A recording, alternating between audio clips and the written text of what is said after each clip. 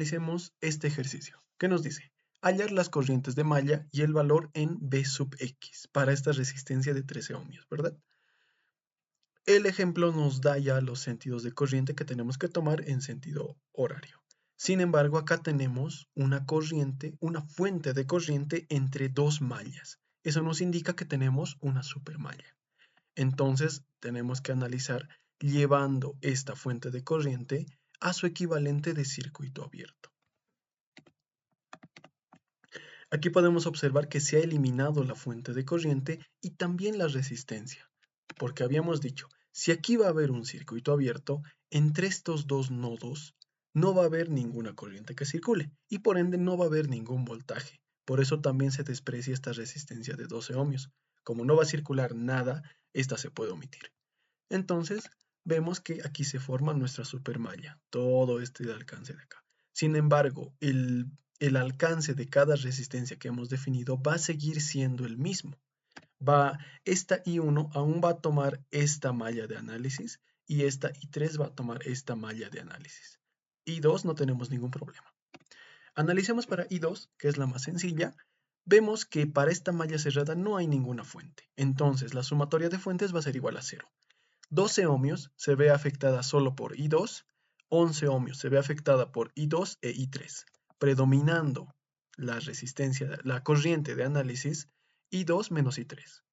La de 13 ohmios también se ve afectada por I1 también, sería I2 menos I1 y se ve reflejada en esta ecuación de acá, sumatoria de fuentes y las resistencias de análisis. Ahora ocurre algo muy interesante, similar al anterior caso, que es que por la malla que está determinada por I1, tenemos una fuente de corriente que también está en el mismo sentido que la corriente que hemos determinado, que es de valor de 5 amperios. Entonces I1 va a tomar el valor de esta fuente de corriente con signo positivo, porque el signo y la dirección son los mismos. Aquí podemos observar de una manera más clara, entonces ya tenemos un dato que es I1, que va a ser de 5 amperios. Bien, ahora podemos analizar para la supermalla comprendida entre I2 e I3. De nuevo, tenemos toda esta malla de acá. Para 13 ohmios, ahora estamos analizando respecto a estas dos. ¿Ok? Tenemos una supermalla y ahora estas dos son las que predominan.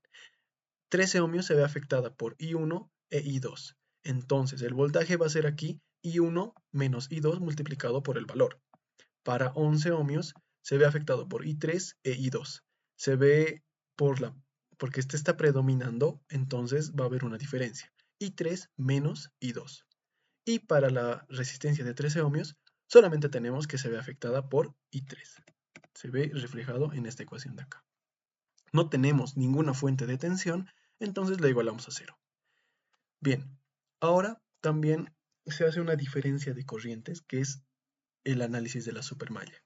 I1 en sentido horario y 3 también en sentido horario van a hacer una diferencia de corrientes. Observemos bien el sentido que tiene cada una.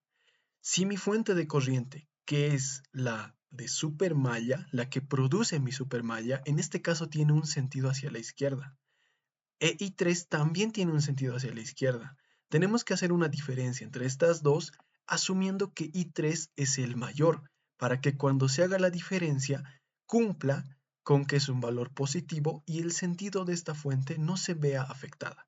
Se ve reflejada en esta ecuación de acá.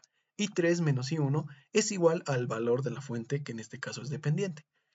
I3 debemos asumir que es mayor porque tiene el mismo sentido. Resolvemos y reordenamos el siguiente sistema de ecuaciones, reemplazando también el valor de I1, que es conocido. Ordenamos el sistema, tenemos un sistema de dos ecuaciones y podemos reemplazar. Aquí tenemos I1, sabíamos que es de este valor positivo, entonces el sentido de la corriente que habíamos determinado no va a cambiar. Para I2 también vemos que como es signo positivo, no se ve afectada en el sentido que tiene. Para I3 vemos que sí se ve afectada. El sentido de I3 es contrario al que habíamos determinado. Ahora volvamos a lo que nos pide el ejercicio. El voltaje en X. La resistencia de 13 ohmios circula una corriente en sentido antihorario, por el signo que habíamos determinado.